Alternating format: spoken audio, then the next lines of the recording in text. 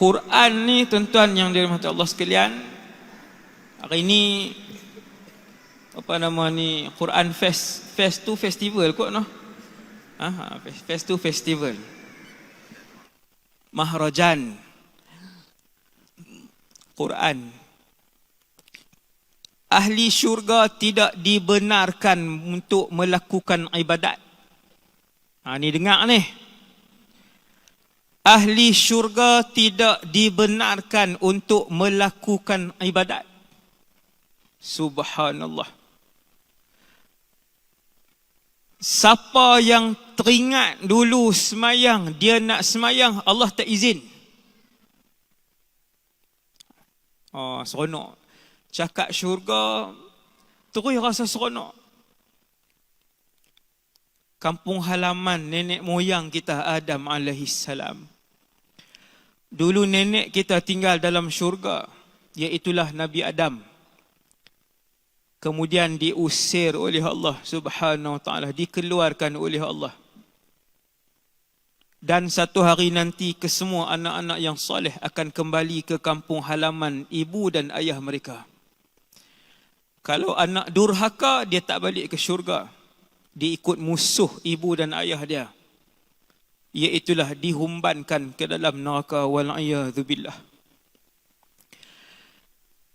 Nak minta puasa dalam syurga, Allah tak izin. Tak boleh. Syurga tempat untuk kamu, bahasa anak muda hari ni, syurga untuk enjoy. Tutup aurat, berpanas-panas, tidak berzina, tak makan, tak minum arak, nak semayang sehari 5 waktu. Yang tu dunia.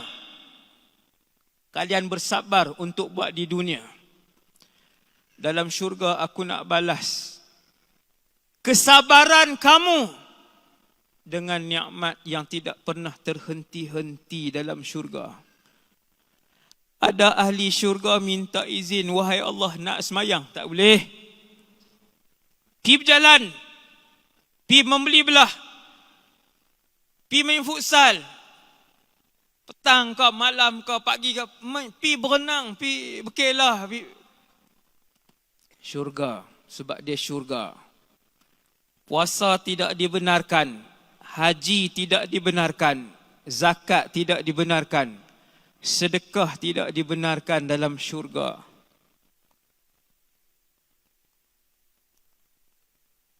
Ada satu orang petani, ini hadis sahih. Satu orang petani, dulu di dunia dia petani. Tuan-tuan, apa saja kerja tuan-tuan dalam dunia, masuk dalam syurga nanti, tuan-tuan tetap akan ingat dengan kemahiran tersebut. Bermaksud, cikgu matematik kalau masuk syurga, dia tak lupa algebra apa semua tu.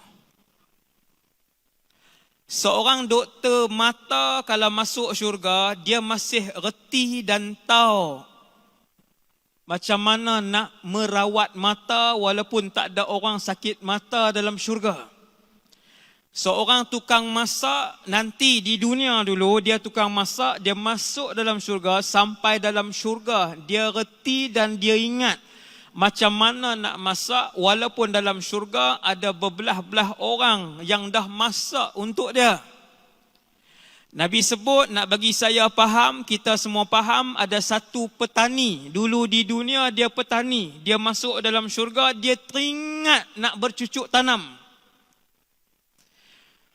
Lalu dia mengadap Allah, dia kata, ya Allah, dulu aku petani. Allah Maha tahu. Dia kata, ya Allah, boleh tak teringin nak bercucuk tanam dalam syurga? Allah Ta'ala kata, bukankah semua di dalam syurga kemudahan telah aku siapkan? Dia kata, ya, tapi teringatlah ya Allah. Tuan-tuan, ada orang daripada umur 10 tahun, dia bawa ke Bota. Kau tahu ke tak tahu ke Bota? Hampa PS4 hampa tahu lah. Yang ramai orang muda, orang tua tak ada langsung ni. No? Daripada umur 10 tahun, 11 tahun bawa ke Bota sampai umur 65. 50 tahun dalam bendang. 50 tahun dalam bendang buat kerja. Ni contoh. Maka dia teringat, duduk dalam syurga dia teringat bendang, semai benih, racun, baja. Lah orang guna drone ya untuk sembok racun. Kan racun kah? Untuk sembok racun. Bila dia minta izin, Allah izinkan. Subhanallah. Ibadat tak boleh. Apa kena mengena dengan tajuk Quran? Jawapannya, kecuali apabila ahlul Quran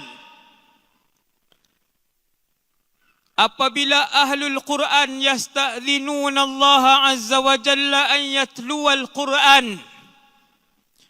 Apabila ahlul Quran minta izin dengan Allah untuk mengalunkan kalamullah, Allah izinkan dalam syurga. Masya Allah. Ni kalamullah ni. Kalamullah maksudnya kalam Allah.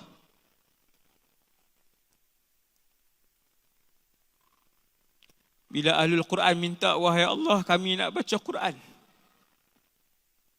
maka Tuhan izinkan untuk mereka bersedap-sedap dengan qiraatil Quran. Yulhamuna kama yulhamun nafas. Yulhamuna bitilawatil Quran. Mereka diilhamkan untuk membaca Quran seperti mana keluar dan masuk, turun dan naik nafas mereka. Sebab apa? Sebab Quran ni kalamullah. Tak boleh baca sehari sejuzuk, baca sehari satu muka surat. Tak boleh baca sehari satu muka surat, baca sehari satu baris, bermula daripada malam ni sampai akhir hayat. Mula daripada malam ni sampai akhir hayat. Sebab Nabi sebut Iqra'ul Quran. Bacalah Quran. Fa innahu ya'ti yaumal qiyamati syafi'an li ashabih. Dengar. Iqra'ul Quran.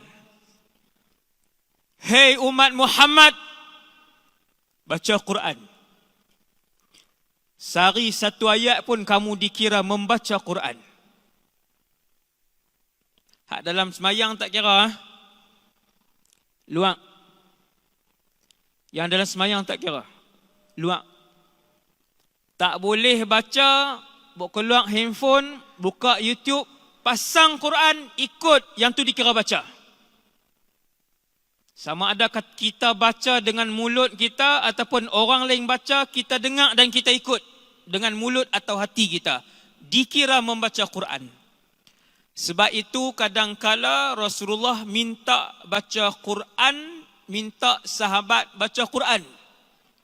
Antaranya sahabat yang paling pakar bacaan Quran, bacaannya seperti Jibril alaihissalam. Nama sahabat itu Ubay ibn Ka'ab radhiyallahu anhu. Jangan silap dengan nama Abdullah bin Ubay bin Salul. Yang tu presiden munafik umat Nabi Muhammad. Abdullah bin Ubay bin Salul, presiden munafik. Ubay bin Ka'ab, raja Quran umat Nabi Muhammad. Bacaannya 100% sama macam Jibril baca. Sehingga Nabi pikat Ubay, Nabi kata, wahai Ubay, boleh tak baca kat aku? Ubay terkejut. Ubay kata, aqra'u alaika ya Rasulullah wa alaika unzil. Apakah kamu, wahai pesuruh Allah, minta aku baca Quran kepada kamu sedangkan Quran turun kepada kamu? Nabi kata, ya, Allah suruh aku dengar bacaan Quran kamu, ataupun aku disuruh oleh Allah untuk baca Quran kepada kamu. Yang betulnya Allah suruh Nabi SAW mendengar bacaan Quran Ubay bin Ka'ab radhiyallahu anhu. Bila Nabi kata Allah suruh aku dengar bacaan kamu, Ubay pun tanya, asammanillah, wahai pesuruh Allah, Allah sebut nama aku? Subhanallah. Apakah Allah sebut nama aku? Nabi kata, ya. Sammakallah, Allah sebut nama kamu. Subhanallah. Ubay.